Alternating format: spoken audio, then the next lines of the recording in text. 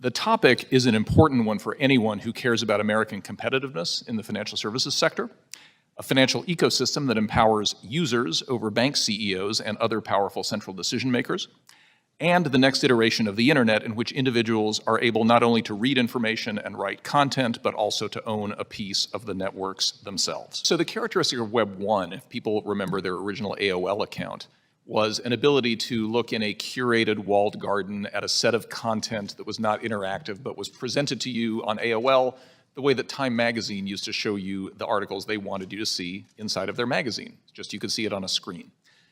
The innovation of Web 2 was that suddenly you could not only read content, but you could also write content. This is when the blogosphere became a big thing. People remember this from the late 90s, the early 2000s.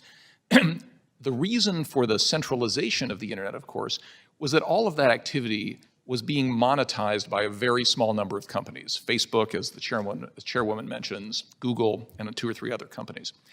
What makes Web3 different is the ability to own the actual network. And that's what crypto assets themselves represent, is an ownership stake in an underlying network. So when you hear people talk about, for example, layer 1 tokens, what they mean is, this is your reward for providing the ledger maintenance services, the computing power to the network that on Web 1 and 2 was done by Google, right?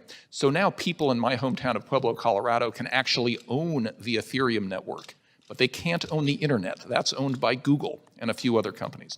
That's what the project of crypto is all about, is allowing people to directly own the networks that have native assets that are supporting it, and that's the nature of decentralization, where the token holders are the people who control the asset, not so Google. Token holders, for our language here on the Hill, those are digital assets, right? Which are the keys to open up the ledger for you to participate, right? Correct. So describe to us how those digital assets fit into this internet revolution, Web 3. So the concept is that you have sort of application layer tokens and you have protocol layer tokens. So if I'm an owner of Bitcoin, let's say that I'm a miner of Bitcoin, somebody who actually creates Bitcoin. The Bitcoin is the reward I receive for doing the work to keep the network operational, and that allows me to own a piece of the Bitcoin blockchain. Or take Ethereum, which is easier to understand. The Ether token represents an ownership stake in the network, but on top of that network are all kinds of apps that get built on the network, much like the apps on your phone depend on the underlying network existing that lets the phone operate. And so people will make judgments about which network is likely to win, and they will invest in the tokens in that network much the same way you might invest in Google stock because you think Google is going to scale access to the original internet. The difference being here, you can vote on what happens in the future of a proof of stake network, for example. You can get rewarded through a proof of work token for maintaining a ledger on something like Bitcoin. But the real message here is that what happens on the decentralized internet is decided by the investors, versus what happens on the main internet is decided by Twitter, Facebook, Google, and a small number of others. This doesn't seem like a new financial system per se, but really an extension or perhaps expansion of our present one. Well, I would disagree with that. I think what I believe we're seeing is a new open infrastructure layer on the internet, a missing infrastructure layer of the internet that is designed around value exchange and economic coordination, that is rooted in immutable data, the ability to interact with counterparties in a very, very safe way that hasn't existed before on the internet. And really, many of the efficiencies that the internet brings in terms of moving information brought into moving value, but also with greater degrees of security than are often offered through the existing financial system. So I really do believe we're building a new global economic infrastructure layer. In your view, is additional guidance defining clear rules of the road for investors and market participants needed at this time? Thank you for the question. We believe this is a very important area of focus for the SEC and this committee. We do agree that the laws are clear. However, existing laws, regulation, and legal precedent make it clear that blockchain tokens are not securities. So we believe that the law clearly shows that blockchain-based digital assets are one of two things, either a new form of digital property or a new way to record ownership, as Brian Brooks spoke earlier about.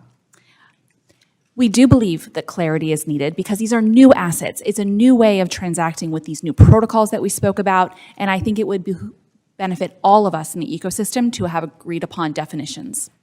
I think from the standpoint of what's available in the market today, one of the things that we need to do better in this industry, and I think we're working in that direction, is much like the early days of the web, we need to focus on consumer-oriented products that have a lot of information about the challenges and also brings the person through from a literacy standpoint. So they understand, you look at user experience, you look at UX design, all of these things are really, really important. And as we saw in the early days of the web, it happened, it came together. We became better at educating the audience about what's available and what's out there. The nice thing about blockchain is you have immutability, you have records that are out there that can't be changed. This information is already leveraged by Chainalysis, for example, in Elliptic, to demonstrate the different things that are happening on chain. And I think it allows us the opportunity to create a lot more foundational efforts with respect to user experience and focus on these consumer protection issues that you're talking about. One of the really innovative properties of cryptocurrency markets are 24/7 risk monitoring engines. We do not have overnight risk or weekend risk or holiday risk in the same way traditional assets do, which allow risk monitoring and de-risking of positions in real time to help mitigate volatility. We've been operating for a number of years with billions of dollars of open interest. We've never had customer losses, clawbacks, or anything like that, even going through periods of large movements in both directions. We store collateral from our users in a way which is not always done in the traditional financial ecosystem to backstop positions. And the last thing that I'll say is if you look at what precipitated some of the 2008 financial crisis, you saw a number of bilateral, bespoke, non-reported transactions happening between financial counterparties, which then got repackaged and re-leveraged again and again and again, such that no one knew how much risk was in that system until it all fell apart. If you compare that to what happens on FTX or other major cryptocurrency venues today, there's complete transparency about the full open interest. There's complete transparency about the positions that are held. There's a robust, consistent risk framework applied, and we're excited to work with the CFTC on our U.S. licensed and regulated venue to bring a lot of this to U.S. customers as well. 比特币这个史无前例的发明，不一样的货币需要一张不一样的卡，一张金属卡专门为加密货币设计，每一次消费可以立即获得3%的回馈。想要更多吗？没问题，你可以自由选择。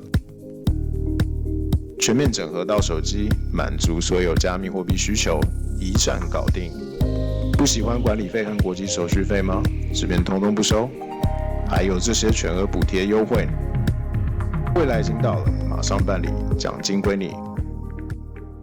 As digital assets become more common in the global marketplace, with the total digital asset market reaching almost $3 trillion, as Ranking Member McHenry just said, how do we ensure the U.S. dollar remains the reserve currency? One is, if we start with stable coins before we talk about other crypto assets, I've said for a long time that the secular reduction in dollar holdings as a percentage of global central bank holdings is alarming. And this has been going on for more than 10 years at this point. So dollars as a share of the European Central Bank, the Japanese Central Bank, et cetera, has shrunk from 80+% to more like 60+% in a short amount of time. What that tells me is that in the future, with the rise of China and other major economies, the US dollar can't take its primacy for granted, and we need to start thinking about competing on utility, on features, not just based on a post-World War II monetary system that we could take for granted for the last 2 generations. And that's one of the reasons that I've been such a supporter of internet-enabled dollars, which allow us to compete on features, not only on history. I think that's really critically important. The second thing I would tell you is, as we enter year 11 or 12 of a highly inflationary environment, after all, we've been printing enormous numbers of new dollars since the financial crisis, there will come a time, gradually then suddenly, when the attractiveness of the dollar relative to other currencies could change. One of the benefits of the crypto economy is that it creates some counter incentives on the part of the Fed to do that kind of policy, because people will flee to other kinds of assets. And that sort of market competition is something that I think will ultimately shore up our monetary policy and keep the dollar where it rightfully ought to be, which is as the dominant reserve currency it's been for all of our lives. Can you talk about some of the negative consequences that could happen if we take a heavy-handed approach to regulating this developing technology? Well, I come back to Mr. Vargas's question a second ago, which I think is the right way to answer your question. Mr. Vargas asked the question of people have the potential to lose a lot of money. These things are volatile, they're risky. How do we protect them from those kinds of issues? There are two ways of answering that. One is to prevent as many people as possible from accessing this amazing technology. For example, the way the current legal regime works is certain kinds of assets can only be purchased by accredited investors, meaning rich people. So the only people who can get rich on this are people who are already rich. That'd be one way of protecting people from losing money, is to make sure that only the richest can access it. Another way of addressing it would be to make it safer the way that we made equities safer 40 years ago, right? We created mutual funds, diversification, sector funds, and other things that make it easier for regular Americans from places like my hometown in Colorado to buy equities without having to be stock experts. Strangely, in the US, we've refused to do that so far. So we don't allow crypto mutual funds. We don't allow people to diversify the way that they do in Canada, Germany, Singapore, the United Arab Emirates, and a series of other regulated economies around the world. So I would argue the way to win is to bring more people into the system more safely, not to keep them out at their own peril.